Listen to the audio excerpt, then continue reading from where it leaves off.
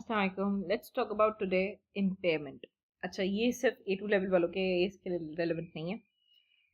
आपने स्टैंडर्ड का नाम जरूर याद रखना है, that is IAS 36 impairment, because अक्सर एग्जामिनर कभी ना कभी एक मार्क के लिए पूछ लेते हैं कि विच IAS इट रिलेट्स टू।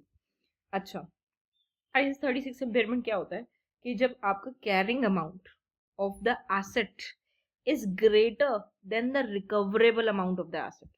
ठीक है, अब दोनों होता क्या है, कैरिंग अमाउंट क्या होता है, रिकवरेबल अमाउंट क्या होता है, और इम्पेयरमेंट इटसेल्फ क्या होता है।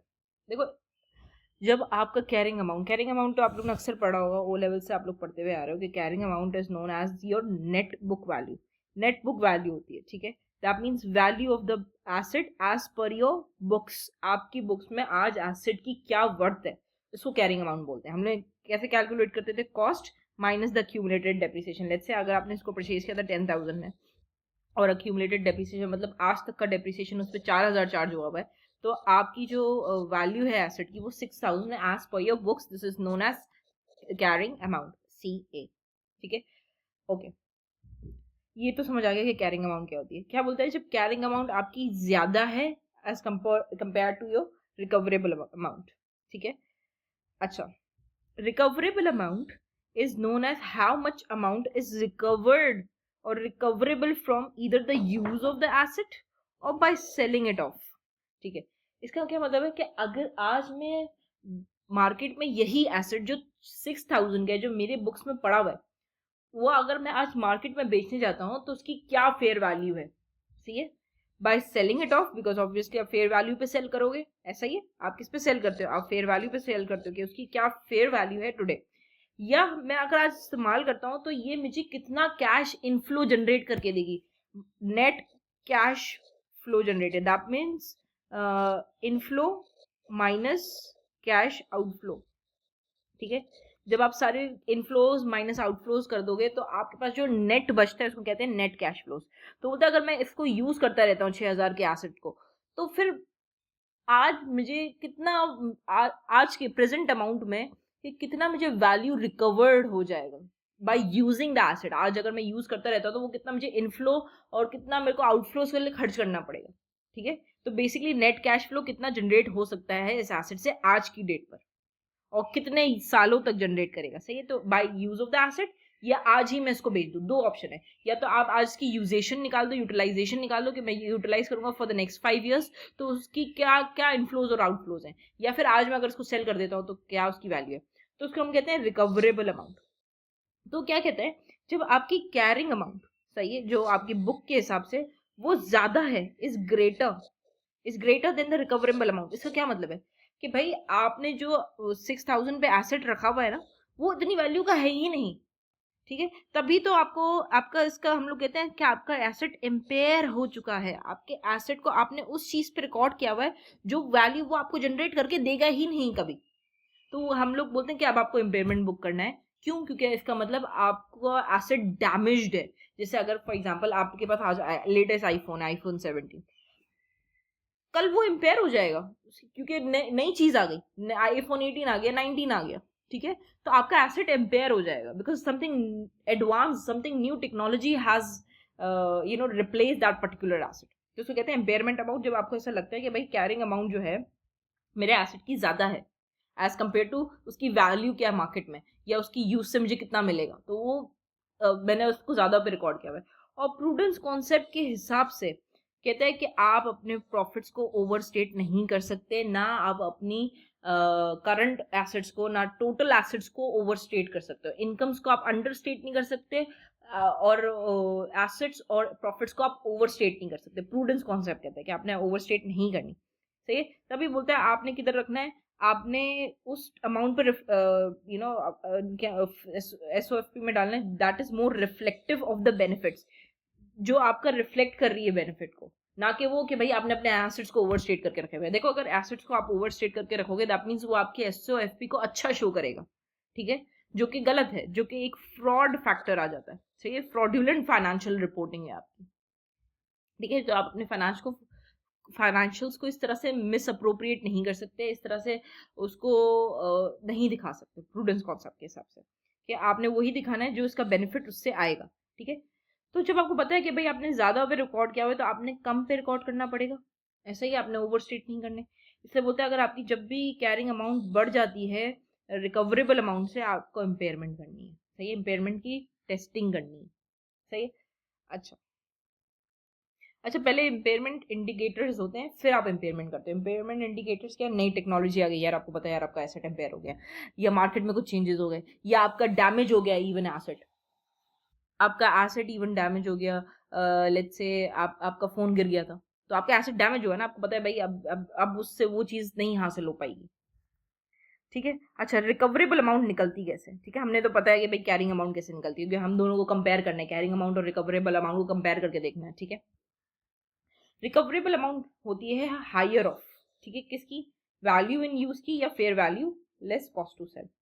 अच्छा, अब इन दोनों में क्या डिफरेंस है भाई, वैल्यू इन यूज क्या होती है और fair value less cost to sell क्या होती है। देखो, वैल्यू इन यूज के मैं अगर यूज करती रहती हूँ तो क्या इनफ्लोज और क्या कैश आउटफ्लोज जनरेट होने, ठीक है, तो नेट कैश फ्लो, नेट सीएफ्स, सही है, इसको ये कहते हैं। और इसको क्या कहते हैं, इसको कहते हैं fair value less cost to sell, कि मैं आज अगर मार्केट में बेचता हूँ तो क्या फेयर वैल्यू है और बेचने की कॉस्ट क्या लगेगी, कॉस्ट टू सेल क्या लगेगा, उसको माइनस कर देंगे, सही है, तो मुझे पता चल जाएगा। और फिर इन दोनों में से हायर ऑफ उठा लेंगे, या तो वैल्यू इन यूज या तो fair value less cost to sell. जो हायर ऑफ होगा वो कहलाएगी आपकी रिकवरेबल अमाउंट, कि क्या रिकवर है यूज करके या मार्केट में बेच के फेयर वैल्यू पे। अच्छा, एक एग्जांपल लेते हैं, so that you could have an idea कि अकाउंटिंग करनी कैसे IAS 36 की। लेट्स से आपने 1 जनवरी 2025 को एक एसेट परचेज किया 10,000, ठीक है, आपने उसकी यूजफुल लाइफ लगाई कि भाई 4 साल इस्तेमाल करेंगे, और उसकी रेजिडुअल वैल्यू भी निकाल ली कि मार्केट वैल्यू जो है वो 2,000 होगी, ठीक है, just for the sake of the calculation. फिर आपको पता लगता है भाई एसेट जो है वो इम्पेयर हो चुका है 31 दिसंबर 2026 को, आपके पास इंडिकेटर्स थे, maybe new technology, maybe whatever the reason is, आपको पता लगता है कि भाई आपका एसेट इम्पेयर हो चुका है पूरी तरीके से। अच्छा, तो आप रिकवरेबल अमाउंट ढूंढने गए, तो वैल्यू इन यूज आपको एग्जामिनर ने दे दी है 5,000, ठीक है, fair value less cost to sell उसने दी है भाई, फेयर वैल्यू 6,000 है और कॉस्ट टू सेल 500 लगेगा, तो हम तो नेट ऑफ करके देखेंगे, ठीक है, नेट ऑफ करके देखेंगे तो ये आएगा 5,500। अब हमें पता है, मैंने बोला था कि रिकवरेबल अमाउंट आपने कौन सी लेनी है, और लेनी है, सही है, या तो fair value less cost to sell या तो वैल्यू इन यूज, तो हमारे यहाँ कौन सी हायर आ रही है, आपकी fair value less cost to sell ज्यादा आ रही है, तो I will be taking up as 5,500 the recoverable amount, okay. अच्छा, रिकवरेबल अमाउंट तो हमने डिसाइड कर ली, कैरिंग अमाउंट कैसे करेंगे, तो आप सोल्यूशन जब करने जाओगे पहले आप निकालोगे कैरिंग अमाउंट, ठीक है, 1 जनवरी 2025 को 10,000 का एसेट है, ठीक है, 2,000 इसकी रेजिडुअल वैल्यू है, एस्टिमेटेड यूजफुल लाइफ है 4 years, स्ट्रेट लाइन मेथड पे करेंगे, अगर तो मेंशन नहीं होता कभी भी मेथड, तो आपने देखना है कि डेटा किस तरह का गिवन है, मुझे पता है रेजिडुअल वैल्यू गिवन है, यूजफुल लाइफ गिवन है, तो it's indicating of the fact के ये स्ट्रेट लाइन बेसिस है, ठीक है, तो ये 8,000 आया, डिवाइड बाय 4 किया तो ये आपका आ गया $2,000 पर ईयर, ठीक है, पर ईयर आपका 2,000 का डेप्रिसिएशन लगेगा।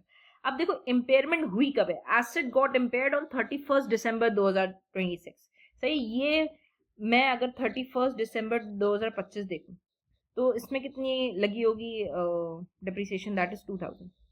इसी तरह से 31 दिसंबर 2026 को कितनी लगी होगी 2,000, जब एसेट इम्पेयर हो गए, तो ये तो टोटल अक्यूमुलेटेड डेप्रिसिएशन आज तक की कितनी लग चुकी है एसेट पे, 4,000 की। तो अगर मैं कैरिंग अमाउंट देखना चाहूँ, कैरिंग अमाउंट मैंने बताया था कॉस्ट जो कि 10,000 थी, minus the accumulated depreciation that is 4,000, तो 6,000 आपकी कैरिंग अमाउंट है। Now this carrying amount has to be compared with what, the recoverable amount, जो कि हमने डिसाइड करी हायर ऑफ, क्या थी, 5,500, that means will be taking 5,500, सही है, आपकी बुक्स के हिसाब से as per your books, as per books आपने इसको 6,000 पे रिकॉर्ड किया हुआ है, जो कि रिकवर ही नहीं होना, रिकवर कितना होना है मार्केट से, ये मार्केट वैल्यू है, सही है, या आप उसको बोलो फेयर वैल्यू, ठीक है, मार्केट से आपको रिकवर ही 5,500 होना है, तो आप ले लोगे इसका डिफरेंशियल, और ये डिफरेंशियल और कुछ नहीं है, ये आपका इम्पेयरमेंट लॉस है, जो आपने दिखाना है क्या, प्रॉफिट एंड लॉस में। तो इसकी एंट्री क्या बनेगी कि इम्पेयरमेंट लॉस क्या हम कहाँ दिखाते हैं, प्रॉफिट एंड लॉस में, तो profit and loss account debit किससे, इम्पेयरमेंट लॉस से, और कितने से, 500 से। अब आप एसेट को भी ओवर स्टेट नहीं रखोगे, ना प्रॉफिट को ओवर स्टेट रखोगे इसलिए आपने एक्सपेंस बढ़ा दिया, और ना आप एसेट्स को ओवर स्टेट रखोगे तो इसलिए आप एसेट कर दोगे क्रेडिट। सही है। अच्छा, एसेट की वैल्यू आपने कम कर दी कितने से, 500 से। सही है। अब जो डेप्रिसिएशन वो बुक होगी वो 5500 divided by the useful life that was, अब 2 साल गुजर गए तो 2 साल बचे। ठीक है। अच्छा, रेजिडुअल वैल्यू भी हो सकता है आपको रिवाइज दे दे, रिवाइज रेजिडुअल वैल्यू दे दे, लेकिन इस लेवल पे टेस्ट नहीं होती तो आपको वही लेनी है जो आपकी ओरिजिनल थी, दैट इज 2000। ठीक है। अच्छा, तो आप अपने एसेट को 5500 पे रिकॉर्ड करोगे, याद रखना, और डेप्रिसिएशन, फर्दर डेप्रिसिएशन जो निकलेगी वो 5500 पे निकलेगी, ना कि 10,000 पे, बिकॉज समथिंग हैज चेंज्ड। सही है। अच्छा, तो ये इम्पेयरमेंट की आपकी एंट्री बनती है कि आपने एसेट को कम कर देना है और अपने प्रॉफिट्स को भी कम कर लेना है simultaneously. Let's see a past paper regarding this. Okay, ये मैंने पिछली क्लास में करवाया था कि रिसर्च एंड डेवलपमेंट कॉस्ट जो लगती है, रिसर्च एंड डेवलपमेंट कॉस्ट लग रही थी, जिसमें से रिसर्च कॉस्ट थी 57,100 की, ये R&D थी, रिसर्च थी सॉरी, और डेवलपमेंट जो थी वो 39,100 थी। That is the continuation of the same past paper. ठीक है, 39,100 डेवलपमेंट कॉस्ट थी। ठीक है। अच्छा, बस आपने ये याद रखना है, बल्कि इट्स नॉट रेलिवेंट क्योंकि इसने एग्जामिनर ने अलग डेटा दिया हुआ है। अच्छा, क्या बोलता है, depreciation of delivery vehicles for the year amounted to 16,100। आपको डेप्रिसिएशन दे दिया। अगर अच्छा, डेप्रिसिएशन क्यों दी होगी, ऑब्वियसली कैरिंग अमाउंट निकालने के लिए मे बी। ठीक है। After this had been provided, an impairment review of dead vehicles was undertaken on 31st December 2024.